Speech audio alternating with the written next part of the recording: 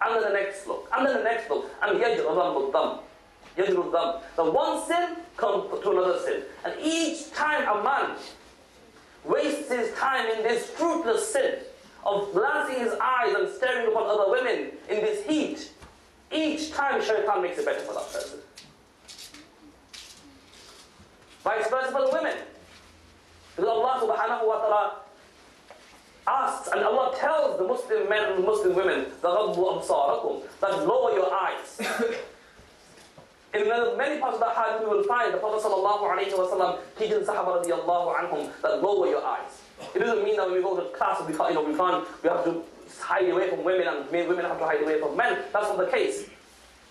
Imam al-Mughirani in his encyclopedia, the work of fiqh, writes that what it means is that a man should not goggle at another woman, and a woman should not goggle at another man and take lust from her. This is what Allah subhanahu wa ta'ala is talking about. So in other words, for similar for the women, that for a woman to look upon another man, to take lust from that, to find pleasure from that, and carry on looking, and to take pleasure from it, it is haram for a Muslim woman. And what is the dangers of that, and how do we stop it? Now, first of all, what is the dangers?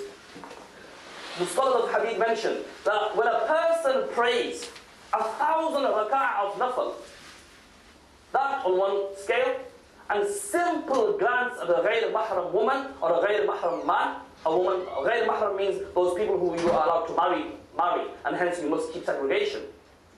So 1,000 raka'ah of nafal, tahajjud, so on one scale, and a simple glance of a woman, all that just disappears. Everything just diminishes. Simple glance at a woman.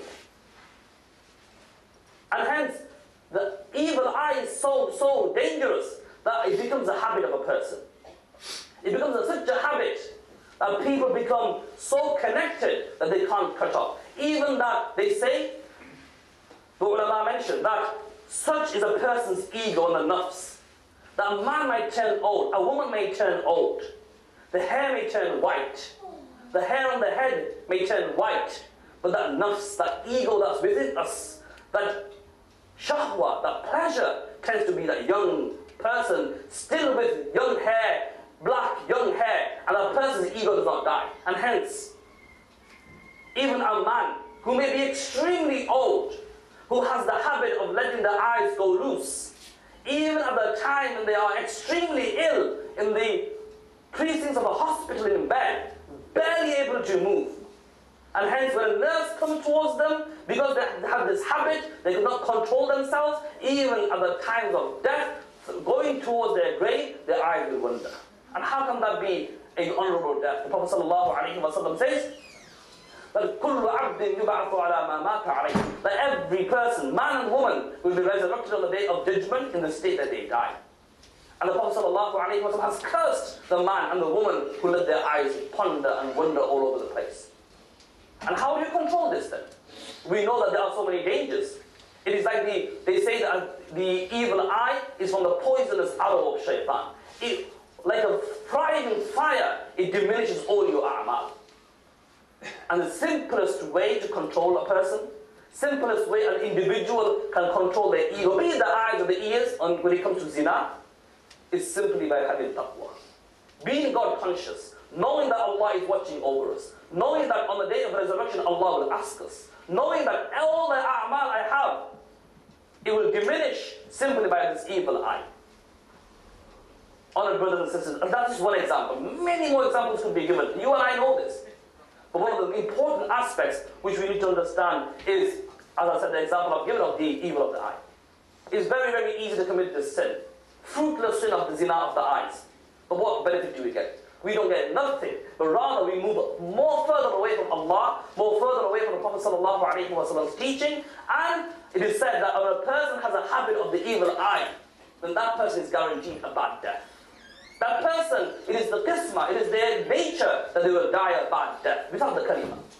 Why? Because they have been unable to control their sight, control their ears, control their nose. There are two things which we need to keep in mind.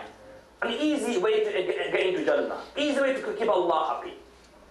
Fulfill your fara'id and abstain from sin. Two things. And these are capped with taqwa, with God consciousness. If you remember Allah in every aspect of your life, every step you take, not just here and there, every aspect you take, and you do two things, inshallah you will enter into Jannah. Allah will be happy with you. You'll have a sweet sleep in your grave. You will easily walk into Jannah when you wait for the day of resurrection. And those things are, number one, fulfill your fara'id.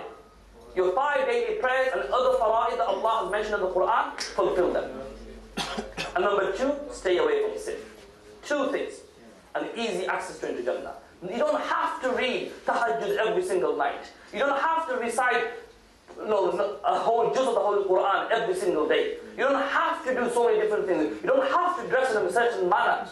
But you do two simple things, and Allah will enter you into Jannah. And it's not very difficult. Allah says, "La yukallifu Allahu nafsan illa wus'aha." We have made this religion such that it is open, easy upon everybody, and it is not difficult upon anybody. And what are those two things? You be God conscious, that's the main thing. That's the cap of everything, and two certain activities. Fulfill your fara'id.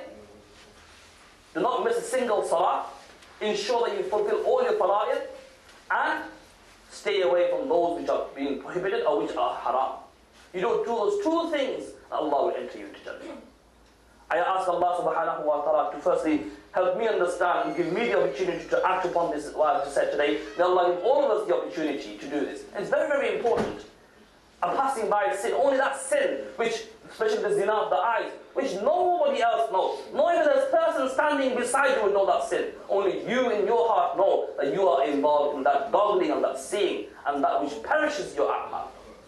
So may Allah subhanahu wa ta'ala help us attain this taqwa. A taqwa which is a necessity for everybody, not only for the scholars, not only for the pious, but every person who testifies in la ilaha illallah. It is their responsibility to attain taqwa, to attain God consciousness, and to attain the fact that they will be questionable on the day of judgment for every action they have done. May Allah subhanahu wa ta'ala help us protect our gaze. May Allah subhanahu wa ta'ala help us really, really have control of our ego. Because when that sets loose, it's like a wild beast. It makes a human do anything and everything. So may Allah help us bring that under control. وصلى الله وسلم على عبده محمد وعلى آله وأصحابه أجمعين. سبحانك اللهم وبحمدك نشهد أن لا إله إلا